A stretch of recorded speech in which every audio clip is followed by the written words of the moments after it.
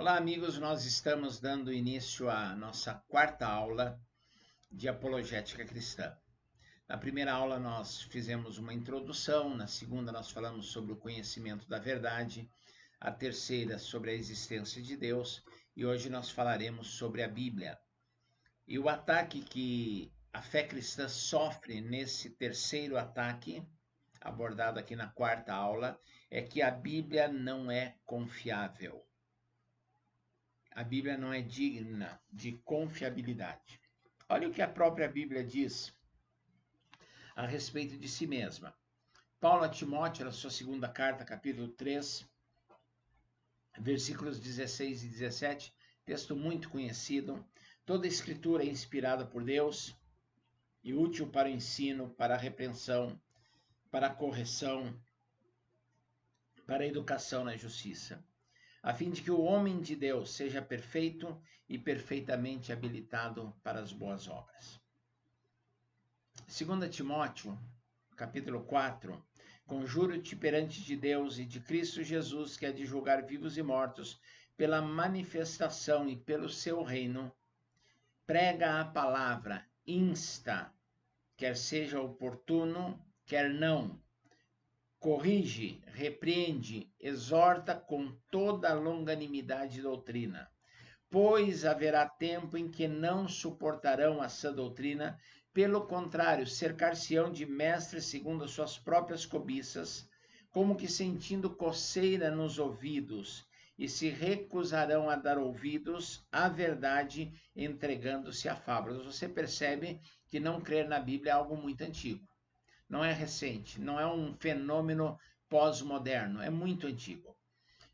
Pedro, falando sobre os escritos de Paulo, ele diz no capítulo 3:16 da sua segunda carta: ao falar desses assuntos, como de fato costuma fazer em todas as suas epístolas, nas quais há certas coisas difíceis de entender e que os ignorantes e instáveis deturpam, como também deturpam as demais escrituras para a própria destruição deles. A própria Bíblia já prevê que pessoas irão descrer nela. Os autores bíblicos dizem que há pessoas que não irão crer. Então não é de surpreender que as pessoas ataquem a fé cristã dizendo que não há credibilidade na Bíblia.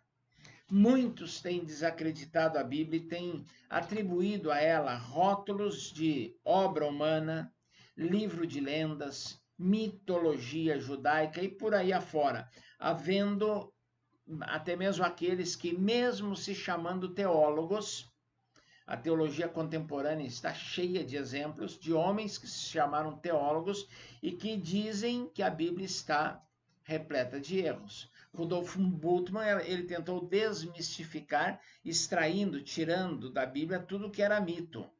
É um processo chamado demitologização, que é da teologia contemporânea do século passado, e embora se chamando teólogo e pregador, ele desmistificou, tirou os mitos da Bíblia, tudo que era desnecessário, mas isso não existe. Várias investidas têm sido feitas através de vários dos mais variados meios de comunicação, onde pessoas a quem se atribui algum nível de autoridade, nem sempre elas possuem, às vezes apenas se atribui, elas têm refutado muitas afirmações da Bíblia. Alguns exemplos.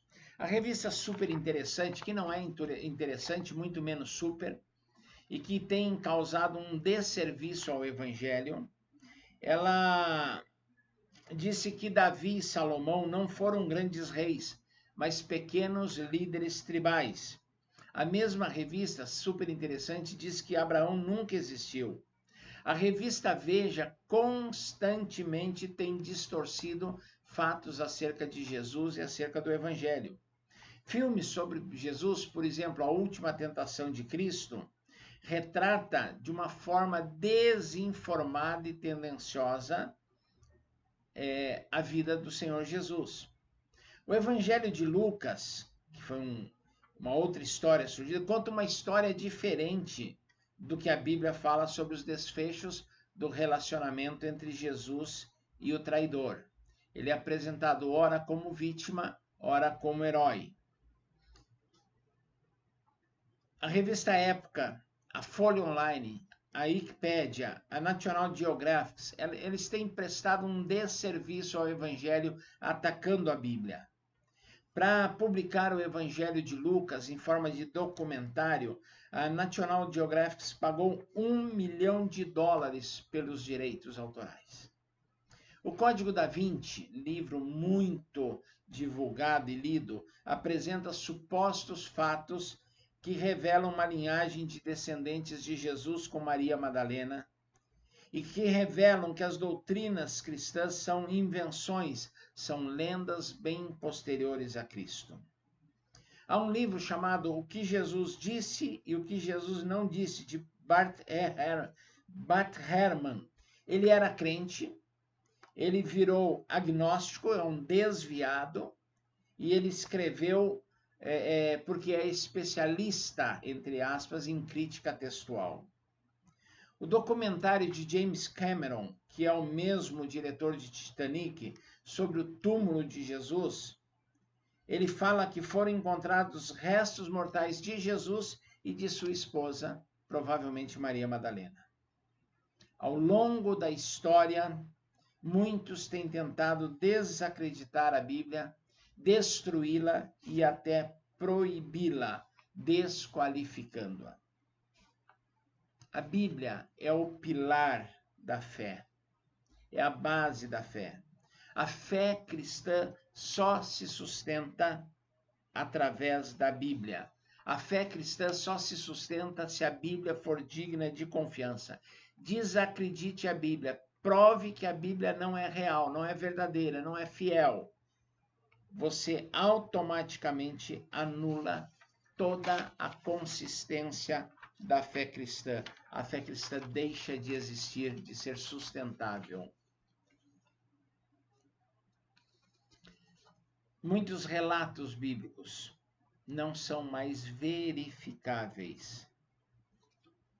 Muitos relatos bíblicos não podem ser verificados. Um eletrocardiograma provaria que Lázaro teve o seu músculo cardíaco interrompendo por um longo período as suas atividades e depois voltado a bater. Mas fazer um eletrocardiograma em Lázaro, que jeito? Na época não existia, hoje Lázaro, que voltou a morrer, a ressurreição de Lázaro foi uma volta à vida, mas ele morreu e não tem como provar. Não é possível provar histórico ou cientificamente nenhum milagre descrito nas Escrituras. Nós só temos o testemunho de quem o escreveu. Porém, se as muitas referências a povos e outros fatos históricos que a Bíblia traz forem desacreditados, então a gente pode ter alguma dúvida sobre o conteúdo espiritual. Se ela não é digna de crédito, quanto aos fatos verificáveis, também não será quanto aos fatos não verificáveis. Mas nós temos fatos arqueológicos, históricos, geográficos, culturais, que podem ser verificados, sim, que podem ser comprovados, sim, mesmo 2000 e tantos anos, ou quase 2000 anos depois de completo o cânon das Escrituras. Avaliemos o conteúdo da Bíblia rapidamente, é uma disciplina mais, é um contexto mais da bibliologia, mas vamos avaliar. A Bíblia consegue tratar de centenas de temas complexos e controversos, nos quais diferentes pontos de vista podem ser defendidos e discutidos, mas com uma coerência humanamente inexplicável e incrível, no sentido não de espetacular, mas de não ser possível crer, mas existe. Você coloca 40 pessoas dentro de uma sala ao mesmo tempo e deem um tema para elas discorrerem sobre ele. Você terá provavelmente mais de 30 teses completamente diferentes e contraditórias. Essas pessoas não estavam numa mesma sala. Elas estavam distribuídas em locais e épocas diferentes e não há contradição. Ela foi escrita num período de 1500 anos aproximadamente. foi escrita por um grupo de 40 pessoas, aproximadamente 40 autores que viveram em épocas diferentes, tiveram profissões diferentes, tiveram formação diferente. Moisés era um nobre com formação avançada no Egito, Josué era um general, Neemias era copeiro do rei, Daniel era ministro de Estado, Mateus era coletor de impostos, Lucas era médico, Pedro era pescador, Paulo era um rabino, Salomão era rei, Amós era pecuarista, e esses homens de níveis acadêmicos e intelectuais, eles não entram em contradição, pelo contrário, eles se complementam.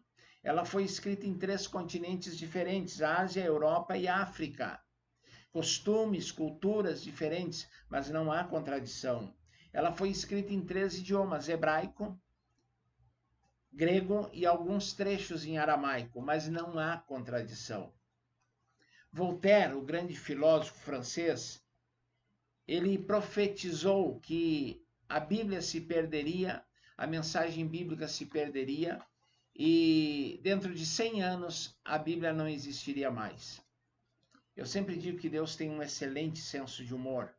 100 anos depois, a casa que Voltaire morava tornou-se sede da Sociedade Bíblica Francesa.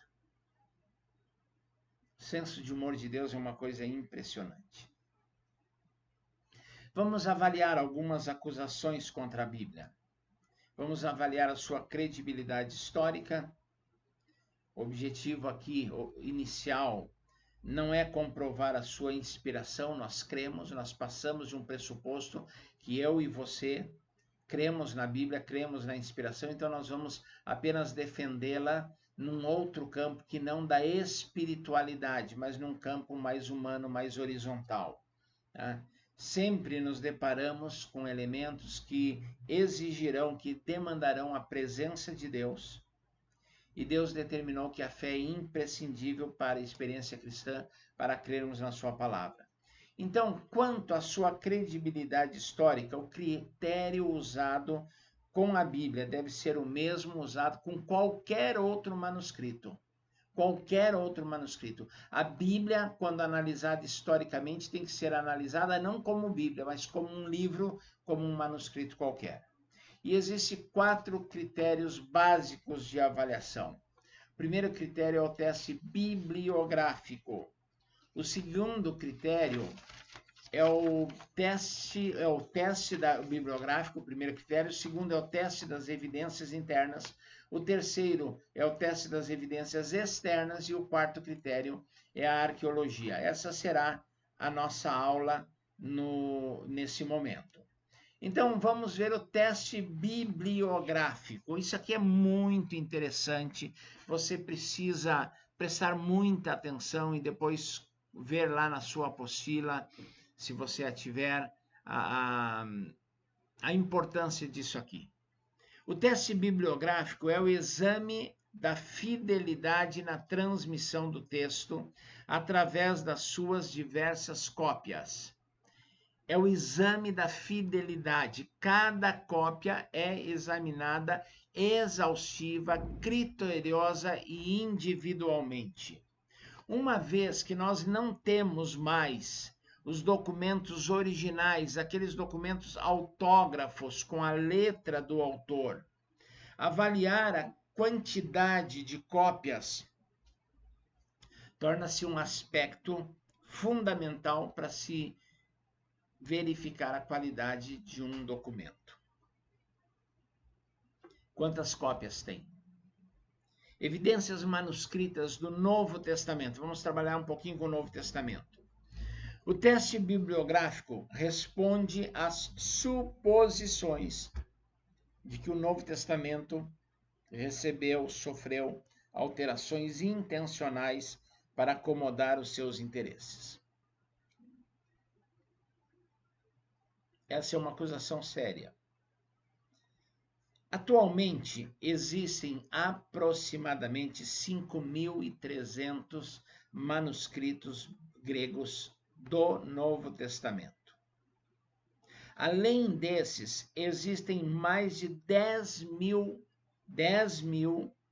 manuscritos da Vulgata Latina, a antiga versão latina, no latim, e pelo menos 9.300 cópias de versões antigas. Então, preste atenção na soma. 24.000 cópias existem de porções do Novo Testamento. 24.000 cópias. Nenhum outro manuscrito antigo chega nem perto desse volume. Segundo lugar, Novo Testamento, 24.000 cópias. Segundo lugar, um documento grego chamado A Ilíade de Homero possui 643 cópias. Olha a disparidade, olha a distância. Nenhum outro documento da antiguidade tem um intervalo tão pequeno entre as cópias e os originais. Os manuscritos mais antigos são do quarto século, cerca de 250 anos depois de terem sido escritos. Parece muito, 250 anos é muito tempo, mas comparando com outros escritores clássicos, a distância é muito grande. Tá? Nós falamos aqui de Homero, os fragmentos mais antigos da Ilíade de Homero estão a 1.200 anos depois de terem sido escritos. Lá pelo ano 400, 500 antes de Cristo, eles foram escritos, e nós temos aí em torno de 1.200 anos para obra de 900 anos, tem alguns fragmentos, mas a obra completa de Homero, a Ilíade, só foi encontrada e traduzida 1.200 anos depois da sua escrita. E nós temos fragmentos do Novo Testamento e livros completos do Novo Testamento com 250 anos. A probabilidade de erro, de rasura, de alterações é muito menor, é muito pequena. Existe alguma corrupção entre as cópias? Sim, existe. Pequenas variações, pequeninas variações. Estudiosos desses manuscritos, eu cito aqui McDowell, Nix, Geisler e Hort, eles dizem que 98,33% do texto do Novo Testamento é original e digno da mais inteira e absoluta confiança. Frederick Kenyon, uma das maiores autoridades no campo da crítica textual do Novo Testamento, que também é citado por Joseph McDowell, ele afirma, o Kenyon, que nenhuma doutrina fundamental da fé cristã depende de texto controvertido. Nenhuma doutrina está baseada em cima desse menos de 1,7% de dúvidas que existem contra os textos do Novo Testamento. David Daryl Temple, ele diz o seguinte, que ele já achou todas as citações do Novo Testamento em outras obras antigas, exceto 11 versículos. Lendo textos antigos, lendo livros antigos, filosofia antiga, teologia antiga, ele encontrou todos os textos do Novo Testamento, com exceção a 11 versículos. A conclusão é que a credibilidade do Novo Testamento é maior do que qualquer outro livro da Antiguidade. E as evidências do Antigo Testamento? Ao contrário do Novo Testamento, o Antigo Testamento não possui essa abundância toda de cópias. Antes das descobertas do Mar Morto, 1947, o texto mais antigo e mais completo datava de 900 a.C. Estava a uma distância de 1.300 anos do texto original. Lembrando que a Ilíade de Homero estava 1.200 anos do texto original, quando foi encontrado na sua íntegra. E ela é digna de credibilidade. Então, peraí, nós também somos. Em 1947, como eu citei, com a descoberta arqueológica dos livros, dos rolos do Mar Morto na comunidade Qumran, encontraram-se manuscritos anteriores à época de Cristo, diminuindo assim a distância, o hiato de tempo de 1.300 para 400 anos. Caiu sensivelmente. Tinha manuscritos, encontrou-se manuscritos que estavam 400 anos depois do seu autor, depois da sua escritura. Para avaliarmos o texto do Antigo Testamento, nós temos que avaliar a postura, a atitude dos seus copistas. E preste bem atenção, olha como eles produziam essas cópias. Os primeiros que nós vamos examinar são os talmudistas. Eles existiram ali entre 100 e 500 depois de Cristo. Os talmudistas eram extremamente criteriosos no processo de gerar cópias do Antigo Testamento. Quais eram as regras dos talmudistas? Usar peles de animais puros. Segunda regra, a pele tinha que ter sido preparada por um judeu para uso em uma sinagoga. Não era particular, não era para qualquer pessoa, era um livro sagrado, um livro santo. Elas deveriam ser presas, para não se deslocarem, por um fio de pele de animal puro. Para cada pele, para cada página, por assim dizermos, deve ter um número fixo de colunas que será mantido por todo o códice. Qualquer desalinhamento era percebido imediatamente. Cada pele, ou o comprimento de cada coluna não deveria ser inferior a 48, nem superior a 60 linhas. E a largura deveria ter 30 letras. Então, eles colocavam o olho, qualquer discrepância já era imediatamente percebida ao primeiro olhar, à primeira vista. Deve-se tratar, ou melhor, deve-se traçar inicialmente as linhas de toda a cópia.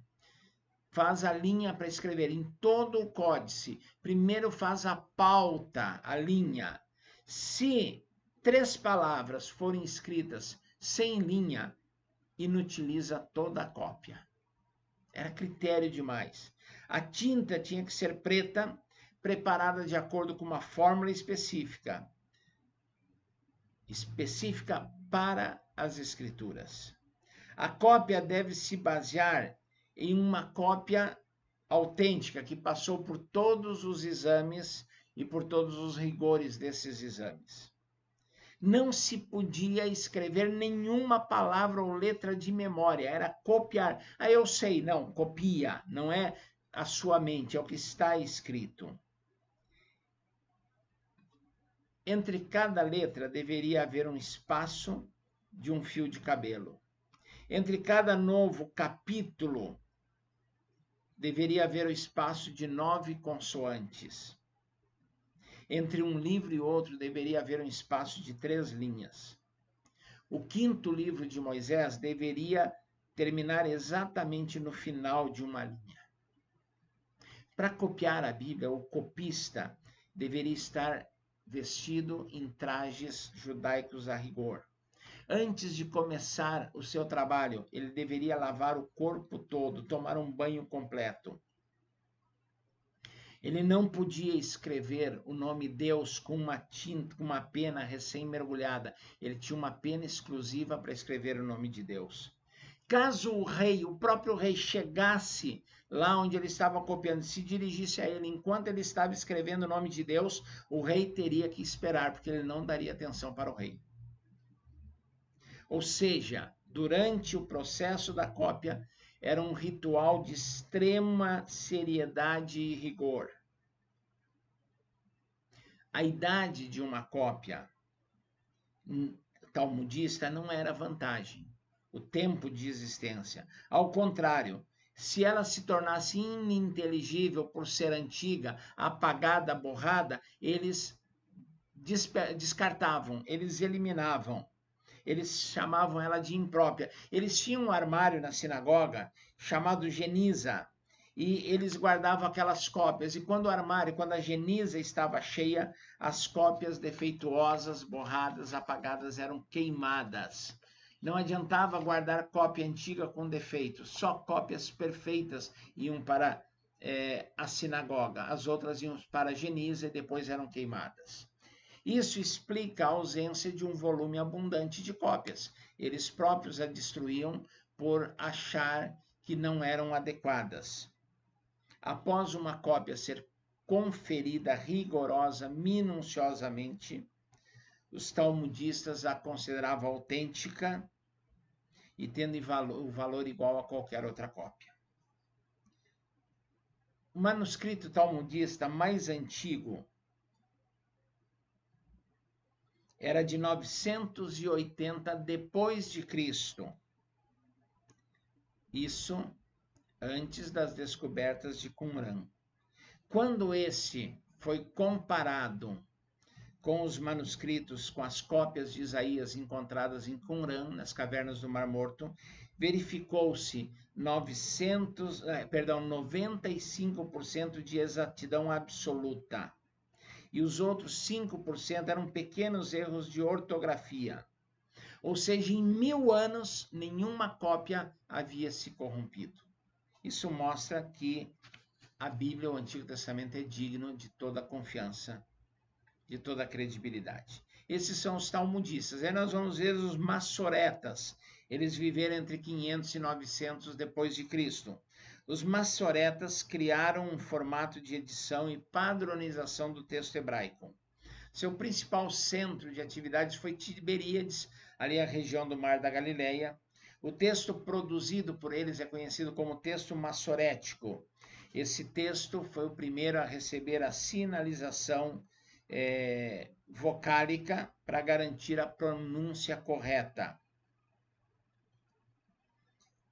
Atualmente é o texto hebraico mais considerado para o padrão dos estudos.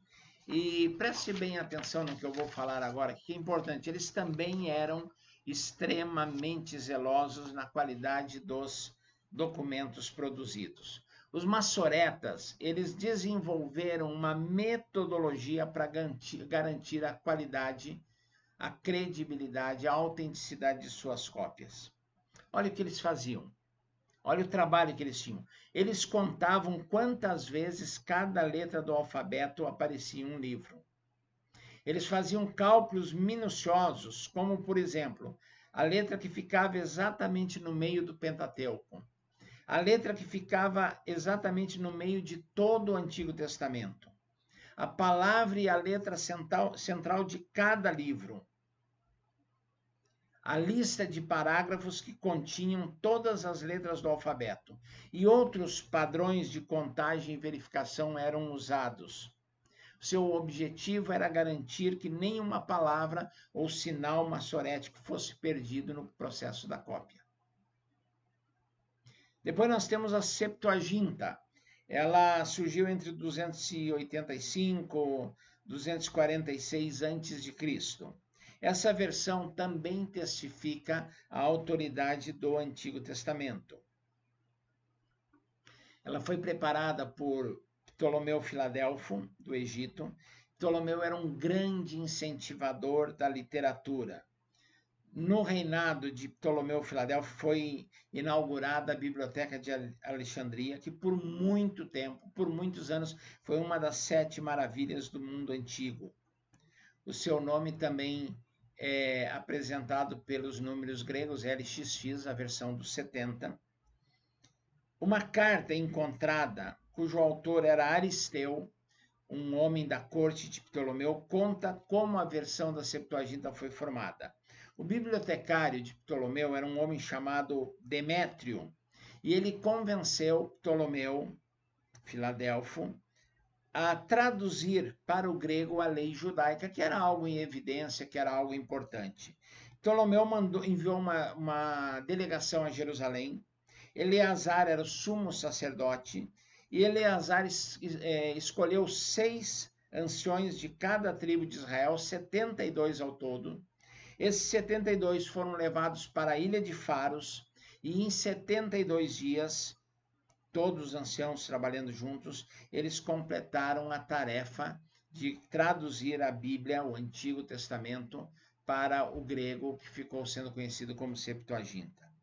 A Septuaginta ajuda a confirmar a credibilidade na transmissão.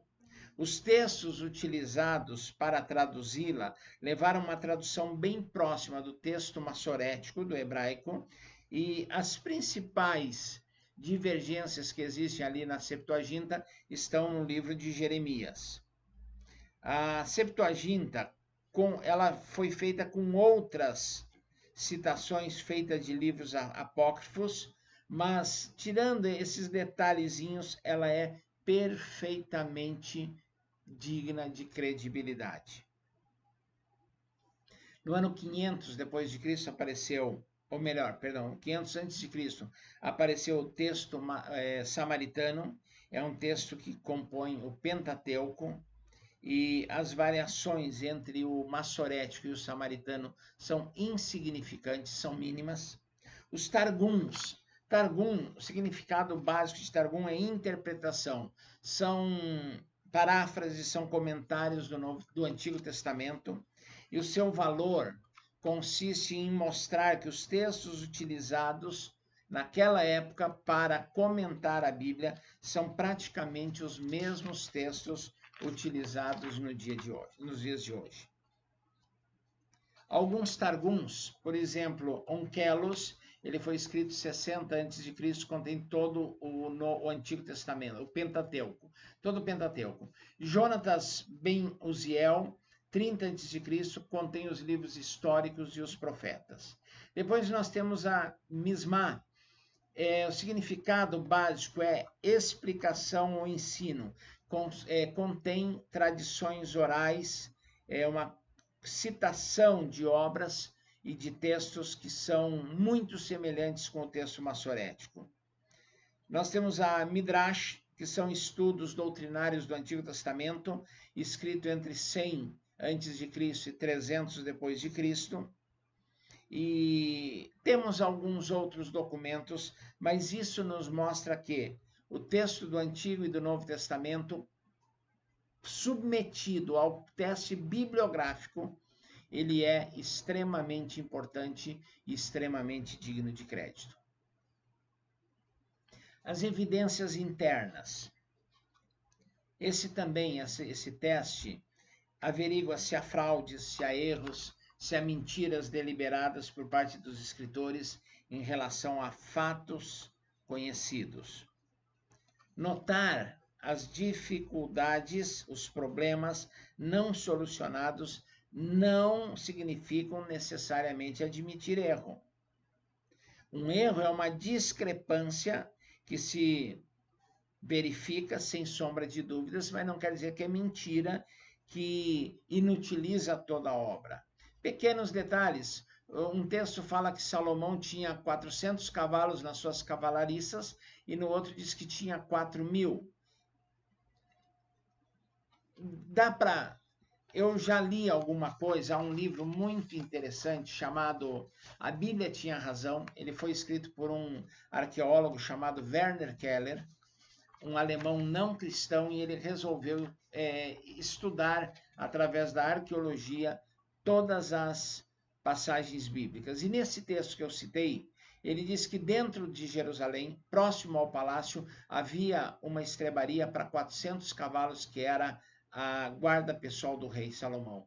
E do lado de fora da cidade haveria um espaço maior com 4.000 cavaleiros, 4.000 cavalos, que era o espaço do exército regular e funcional que estava ali no sul da Judéia. Então, esse erro, essa discrepância, ela se explica aqui. Os escritores, eles foram testemunhas oculares de tudo. E olha o testemunho deles. Vamos ver alguns fatos. Lucas 1:1. Visto que muitos houve que empreenderam uma narração coordenada dos fatos que entre nós se realizaram, conforme nos transmitiram os que desde o princípio foram testemunhas oculares e ministros da palavra, igualmente a mim me pareceu bem, depois de acurada investigação, desde que sua origem, dar-te por escrito a ti, excelentíssimo Timóteo, uma exposição em ordem. Ele pesquisou, ele conversou, ele entrevistou, ele investigou. Pedro, na sua segunda carta, 1,16, porque não vos demos a conhecer o poder e a vinda do nosso Senhor Jesus Cristo, seguindo fábulas engenhosamente inventados, mas nós mesmos, ele, Pedro, fomos testemunhas oculares da sua majestade. É o testemunho interno. 1 João 1,3, o que temos visto e ouvido, anunciamos também a vós outros, para que vós igualmente mantenhais comunhão conosco. Ora, a nossa comunhão é com o Pai e com seu Filho Jesus Cristo. João diz o que vimos e ouvimos. Atos 2,22.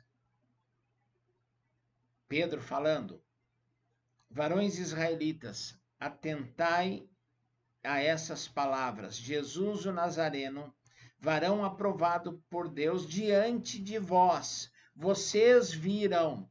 A morte e a ressurreição tinha sido muito recente. Vocês viram. Vocês estavam lá. Sinais e prodígios, os quais o próprio Deus realizou por intermédio dele entre vós. Vós mesmos o sabeis. Evidência interna. Lucas, capítulo 3:1. No 15º ano do império de Tibério César, segundo Pôncio Pilatos, governador da Judéia, Herodes, tetrarca da Galiléia, seu irmão Filipe, tetrarca da região de Itureia e Traconides, e Lisânias, tetrarca de Abilene, sendo sumos sacerdotes Anás e Caifás, veio a palavra de Deus a João, filho de Zacarias, no deserto. Gente conhecida. A história fala desses personagens. As pessoas que ouviram a palavra conheciam os personagens. João 19, terminando seu evangelho, ele diz assim: aquele que isto viu, testificou, ele, João, sendo verdadeiro o seu testemunho, e ele sabe que diz a verdade, para que vocês também creiais. Atos 26, 24. Dizendo ele essas coisas em sua defesa, Festo o interrompeu em alta voz. Estás louco, Paulo. As muitas letras te fazem delirar. Paulo, porém, respondeu: não estou louco, ó excelentíssimo Festo. Pelo contrário, digo palavras de verdade e bom senso, porque tudo, preste atenção aqui, ó, porque tudo isso é de conhecimento do rei a quem me dirijo com franqueza, pois estou persuadido de que nenhuma dessas coisas lhe é oculta, porquanto nada se passou em algum lugar escondido. Não seria fácil inventar fatos e palavras sobre Jesus com tanta testemunha ocular. Com tanta gente poderia dizer: não é verdade, não foi assim, eu não vi. Eles precisavam estar atentos aos inimigos de Cristo, que poderiam contradizê-los facilmente se eles manipulassem a verdade, ampliassem as histórias ou distorcessem as doutrinas. Ao contrário, o ponto forte da pregação dos apóstolos foi convencer os ouvintes daqueles que eles tinham visto e ouvido. Então nós temos o teste das evidências internas muito fortes. O teste das evidências externas. Esse teste propõe avaliar se existem fontes externas que confirmam a exatidão das escrituras. Escritores não cristãos, fontes não cristãs, fontes de outros autores que não os canônicos, os bíblicos. Eusébio, na sua obra História Eclesiástica, ele preserva escrito de Papias, bispo de Hierápolis, 130 a.C., e um dos textos diz assim: o ancião, que era o apóstolo João, também costumava dizer: Marcos, tendo sido intérprete de Pedro, escreveu fielmente tudo o que ele, Pedro, mencionava, fossem palavras ou obras de Cristo. Todavia não o fez em ordem cronológica, pois não esteve ouvindo pessoalmente o Senhor, nem o esteve acompanhando. Mas mais tarde, como eu já disse, ele acompanhou Pedro. Dessa forma, Marcos não cometeu nenhum erro, tendo escrito algumas coisas à medida que ele, Pedro, mencionava, pois ele prestava atenção a isso, a fim de não omitir qualquer coisa que ouvisse, nem incluir qualquer afirmação falsa no que registrava. Embora não tenha uma ordem cronológica, ele é digno de confiança. E ele mesmo, o próprio Eusébio, ele cita que Mateus registrou os oráculos bíblicos em língua hebraica. Irineu, bispo de Lyon, 180 anos depois de Cristo, ele foi discípulo de João. E ele deixou por escrito a credibilidade, a sua credibilidade, o seu testemunho externo nos evangelhos. Tão firme, disse Irineu, é a base sobre a qual esses evangelhos repousam, que os próprios hereges dão testemunho a favor desses livros. E tomando-os por base, cada um deles se esforça por estabelecer a sua própria doutrina. Mesmo que eles distorcessem a doutrina, eles sabiam que o evangelho era autêntico. O mesmo Irineu, ele disse, o Verbo nos deu o evangelho em forma quádrupla, Mateus, Marcos, Lucas e João, forma que se mantém coesa em um espírito. Irineu ainda diz, Mateus transmitiu por escrito, divulgou o evangelho entre os hebreus na língua deles, enquanto Pedro e Paulo pregavam o evangelho em Roma. Marcos transmitiu por escrito a pregação de Pedro. João escreveu o seu evangelho quando vivia em Éfeso e na Ásia. Depois de Irineu, nós temos Clemente, Clemente de Roma, 95 depois de Cristo. Ele também usa as escrituras como confiáveis e autênticas. Inácio, bispo de Antioquia, entre 70 e 100, foi martirizado por sua fé, foi jogado às feras no Coliseu, conheceu os apóstolos, foi discípulo de Policarpo, que era discípulo de João, registrou a sua credibilidade das Escrituras, a ponto de morrer pelo que elas continham. Policarpo viveu entre 70 e 156, e Policarpo foi martirizado pela sua fé. Ele era discípulo de João. Ele sofreu o martírio aos 80 anos de idade por causa da sua devoção a Cristo e às Escrituras. Vários membros da igreja em Esmirna foram martirizados por Antônio Pio. O Policarpo foi queimado numa fogueira, mas ele atestava a veracidade, a integridade das Escrituras. Flávio Joséfo, em sua obra Antiguidades 18, no livro 18, capítulo 5, ele confirma a história de João Batista e a sua execução por Herodes Antipas. Além de tudo isso, a obra do Novo Testamento é grandemente citada pelos primeiros autores cristãos e seculares, entre eles principalmente filósofos, tá?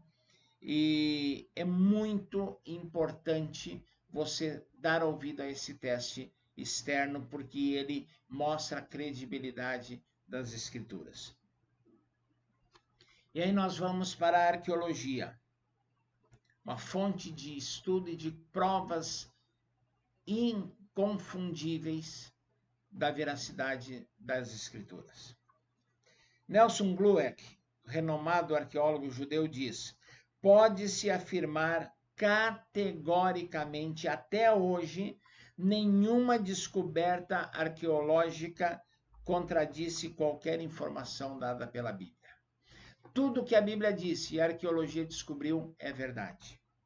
William Albright, ele é reputado como um dos grandes arqueólogos da atualidade. Ele disse, não pode haver nenhuma dúvida que a arqueologia tem confirmado a historicidade substancial da tradução do Antigo Testamento. Ele continua, uma descoberta atrás da outra tem confirmado a exatidão de incontáveis detalhes. e tem feito com que a Bíblia receba um reconhecimento cada vez maior como fonte histórica. Albright continua: à medida que o estudo crítico da Bíblia for cada vez mais influenciado pela abundância de material recém-descoberto vindo do Antigo Oriente Próximo, observamos um aumento crescente do respeito para com o significado histórico de passagens e detalhes atualmente negligenciados e menosprezados, tanto do Antigo quanto do Novo Testamento. Millard Burrow, da Universidade de Yale, ele diz: em muitos casos, a arqueologia tem refutado as opiniões dos críticos modernos. Ela tem demonstrado que essas opiniões repousam sobre pressuposições falsas, esquemas irreais e artificiais de desenvolvimento da história. Nós temos aqui o testemunho de alguns homens que são especialistas, são doutores na arqueologia. São os mais importantes e todos eles defendem a inerrância da palavra de Deus. Algumas descobertas, não é só o testemunho, são descobertas arqueológicas confirmam a Bíblia. Os tabletes de Ebla. Alguns críticos modernos têm pressuposto a hipótese documentária, na qual afirmam que à época de Moisés, cerca de 1400 a.C., não havia nenhum conhecimento da escrita. Portanto, Moisés não poderia ter escrito o Novo Testamento. Esses críticos, eles afirmam que o conteúdo da legislação, das leis do Pentateuco, eram muito avançados para a época. Por conta disso, eles têm refutado a autoria mosaica do Pentateuco, afirmando que esse texto, esses documentos seriam obras fictícias escritas por alguém muitos anos depois de Moisés. Também tem sido refutada a história, ou como história, como lenda, a vitória de Abraão sobre Quedorlaomer e os 5 reis mesopotâmios escritos em Gênesis 14. As 5 cidades, Sodoma, Gomorra, Admá, Zeboim e Zoar, têm sido consideradas por muitos como lendárias.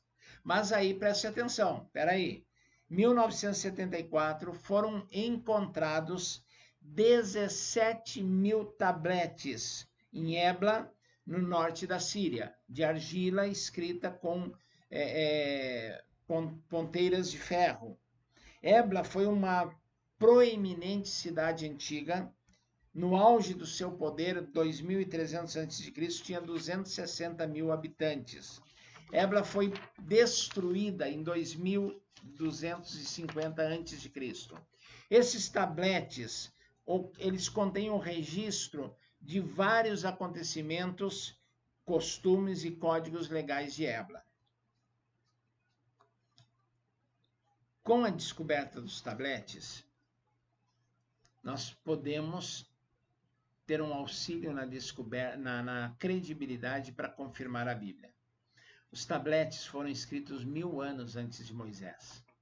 Os críticos dizem que não havia escrita no tempo de Moisés, mas os tabletes são de 1000 anos antes, o que prova uma idade bem anterior à de Moisés. Já havia escrita naquela região.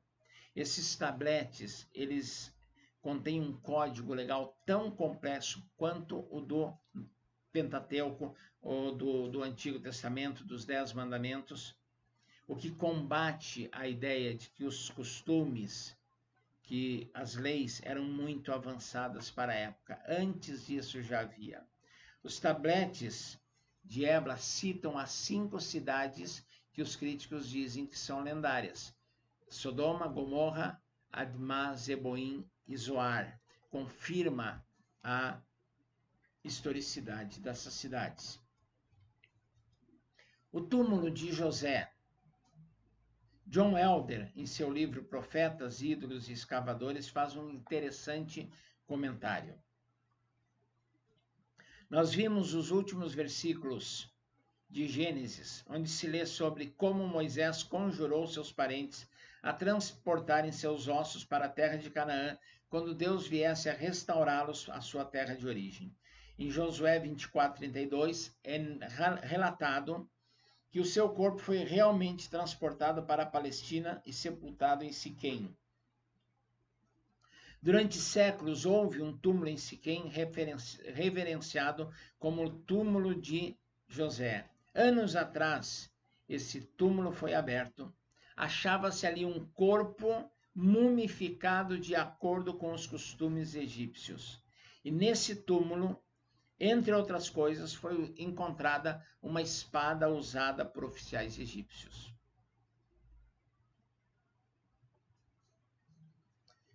Uma outra prova, os hititas, povo mencionado na Bíblia, sobre os quais não havia nenhuma outra fonte, nenhuma outra informação. Por muito tempo se achou que eles nunca existiram, mas apareciam nos textos bíblicos como fantasiosos. Recentes escavações arqueológicas têm confirmado a existência desse povo e confirmado a narrativa bíblica. E chegando ao fim aqui, os tabletes de Tel El Amarna. Esses tabletes confirmam muitos relatos bíblicos sobre o quadro da Palestina, à época da conquista. Esses tabletes, em um desses tabletes, um governador de Jerusalém escreve ao faraó Akhenaton, rogando a sua ajuda egípcia contra os hebreus que estavam invadindo a região. Olhando para esses 4 critérios básicos, o teste bibliográfico, o teste das evidências, o teste das internas, o teste das evidências externas e o teste da arqueologia, nós podemos considerar a declaração de Joss McDowell.